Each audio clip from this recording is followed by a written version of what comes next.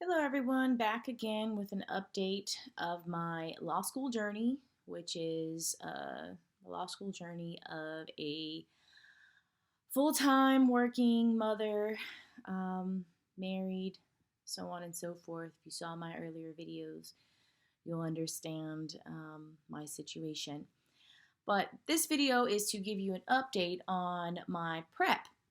So, as you may know already, I decided to go with Manhattan Prep.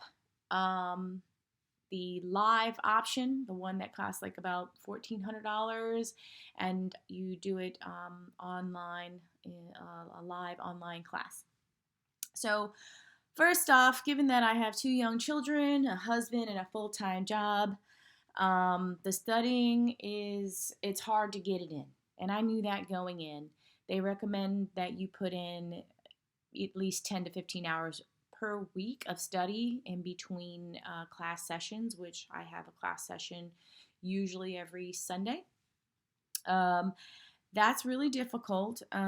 So I try to just get it in where I can. I don't do more than an hour at a time because then my brain just starts hurting.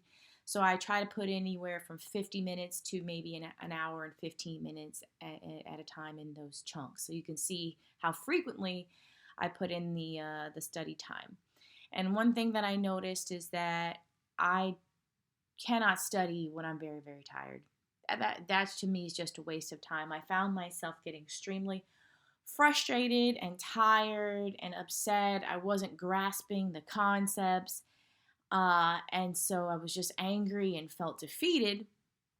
And then I woke up the next morning after getting a good night's rest, and then I was able to grasp the concepts much easier. Um, so don't study if you're tired or your child has, woken you up in the middle of the night or you didn't get to bed on time. It's just not worth it. That's what I've learned. And I do take one day out of the week where I don't do any studying at all, mainly Saturdays. I think that's more so dedicated to family time. But I try to study when I can, however I can, and I try to get it in, which doesn't leave any time really for anything fun.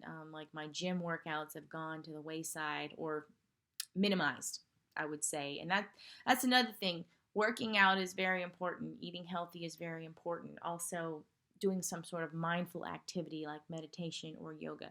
I've started to incorporate all of those things in my path to, taking I'm sorry, in the path towards getting the LSAT score that I want, because I kind of just wrote those things off as a lot of touchy feely hocus pocus. But the benefits of that go beyond just what you get from, LSAT prep. So I do have meditation sessions, just 5 minutes at a time, 10 minutes at a time. I use an app for that. I use Headspace.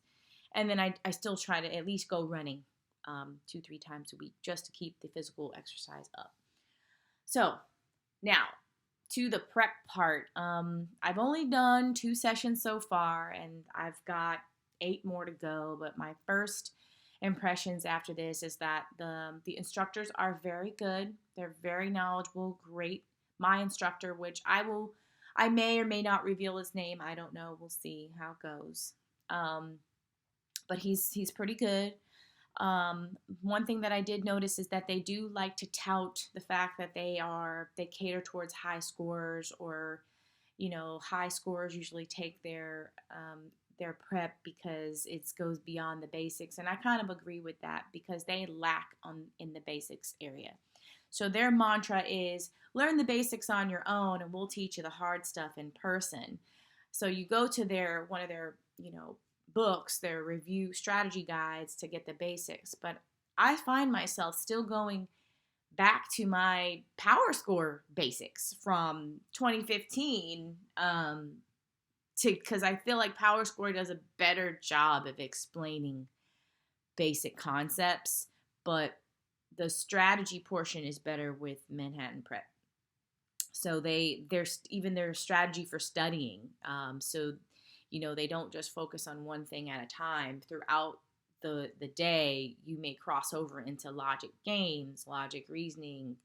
So it's a mixed bag, so they're constantly refreshing your memory on other things that you've learned. And I do like the agenda of how they make you study, from doing, prep test sets or drills, and then do, a bunch of solid reading. So I think their strategy is good. They do have a lot of cool tricks that I never knew about with the Power Score. But if you don't know the basics, at least some, basic fundamentals, it may be hard to grasp that from their strategy guide, because I don't think they do a good job at the basics. But again, I'm only in this for 2 sessions so far, so it may improve, it may get better. I don't know, but I still find myself looking at the Power Score, and I don't know if that's even helpful, because now they use different terminology than Manhattan Prep.